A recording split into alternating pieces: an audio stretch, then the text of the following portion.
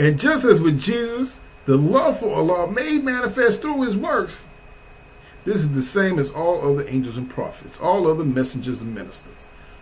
Everyone who has ever come and been faithful, worked hard faithfully in the name of Allah.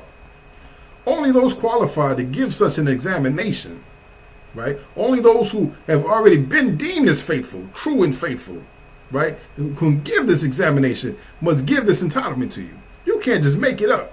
You can't just wake up one day and say, I'm true and faithful, holy and divine person, blah, blah, and give myself a holy name. It don't work like that, right?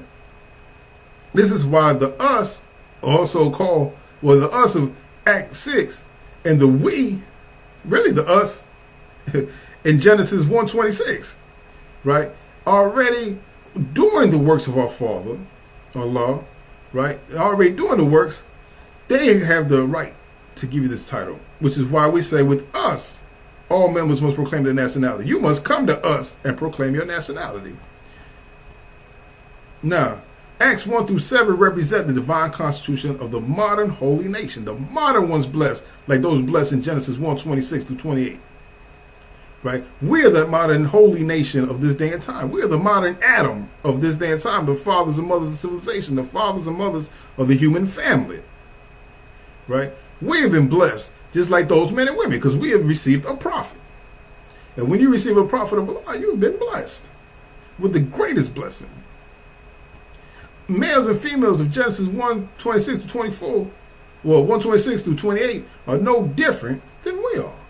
We're men and women just like they are. We're in the image and working and striving as Muslims to be after the likeness of Allah, just like they were. And the fact is, we're taught also that we are what our ancient forefathers were.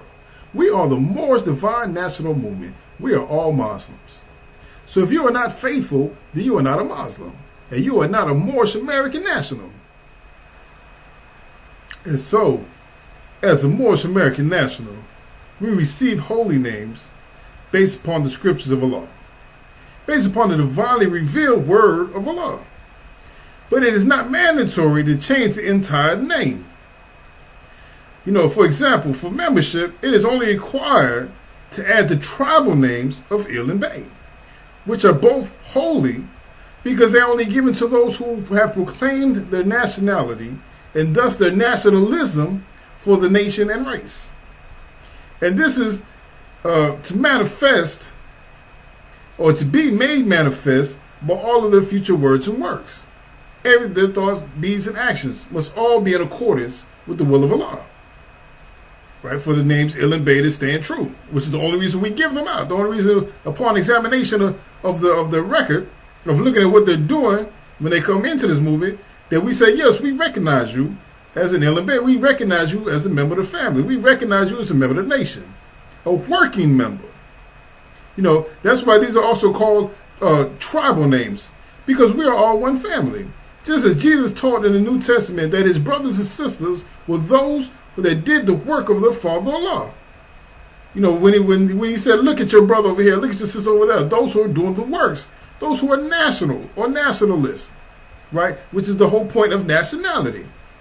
And our nation does not recognize you as a member of it if you are not doing the works, the faithful works. Faith without works is dead. Which is why I said to you before, if you are not here to do the work, you don't need to be here at all, right? And this idea is validated by the divine constitution of bylaws, Acts 6 and 7, right? Those faithful things you must do as a member. So as you receive these holy or national names, also called a nationalist, right, or tribal names of Il and Bay, upon returning to your nation and its divine creed, which is the work that we do, the reason we're doing the divine work that we do, right? The names Il and Bay are the names of those dedicated to the holy and divine mission of the entire Moorish American nation through the Moorish divine movement and through the Moorish Science of America. So if you are not a faithful Muslim, right? If you are not a faithful Moorish American, right? Then you are not an Il or Bay. You are not nationals. You are not a part and parcel of the nation in all of its lifting acts for itself and its race. And for those that have named themselves Il and Bay because they felt like it, they thought it was a good idea because they wanted to be heard and seen and not do the works, right? you are in violation of our national laws, what we represent as a nation of people here on the shores of North America. And they are tribal names, thus tribal laws. So you're violating our national tribal family laws, our personal laws, right? By stealing our property, what belongs to us. And you cannot be the member of one of these tribes, Inland Bay, if you are not a member of the nation. So if you are not a member, Inland Bay don't belong to you. Inland Bay don't belong in your name. It's only for those who are faithful. Only those who are members of every uplifting act of the nation, which is represented through the Moorish Divine Movement and the Moorish Science of America alone. Now, you can only receive the name of the Inland Bay upon accepting your responsibility for the betterment of your race and nation through this divine movement and its incorporation in the Moorish Science of America and its holy work, or their holy work for our salvation, which is according and directly in alignment and attunement, right, with the divine plan of the ages made manifest across the earthland, right? The divine plan of the ages of Allah made manifest. That's what we're here for. That's our job. That's that cause. Because the divine plan is what? Redemption, salvation, perfection of man, the spirit man. Now, this duty that you've taken on, this responsibility, this accountability, is the obligation of membership. This is being the living image and likeness of Allah. Image being the Asiatic, the likeness being the Muslim. As a Muslim, you are working and striving to be in the image and likeness of Allah, your Father Allah. This is what it means to be a man. Or as we say, MAN, Moorish American National.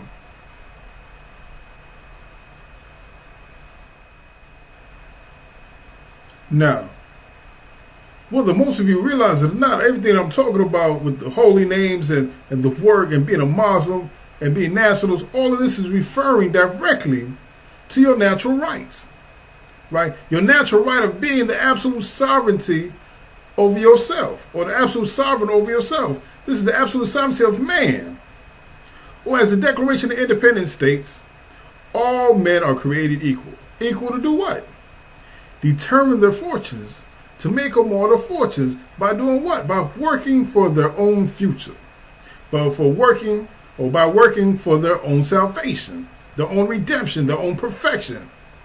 This is also called the omnipotence of man. And it is the fulfillment of the divine creed of our ancient forefathers, founded as a religion of Islam, or Islamism. Islam teaches us that man who is not the flesh, or man is not the flesh, but the spirit. And the spirit is the Lord of soul and manifest. It is the Lord of the plane of soul and the plane of manifest. It is the Lord. And this truth, this great message, is the salvation to the nations, or what we call the everlasting gospel about the omnipotence of man, man's absolute sovereignty. The sovereignty of the spirit, which they're calling the natural person, the spirit within, which is not the flesh, because it's not in flesh to think or bones to reason, is the natural person, the real person, right? And this natural person, this spirit, is primary, right? The sovereignty of the natural person as a citizen is secondary, because first you must be a natural person before you can be a citizen of anything, right? So the spirit is primary, is first and foremost. Then comes everything that comes after that, which is citizenship, or free national citizenship, where each citizen is a sovereign national, or a sovereign citizen, or free citizen, right? Now, because the national laws that a citizen is under the jurisdiction of, right, are guaranteed protections, right? Like the United States of America, the United States Constitution only guarantees protection of your natural rights as a natural person, right? And so because of this, the laws that are established are in accordance, right, or protecting that which are pre-established before any government existed, or as the eternal law of Allah's will.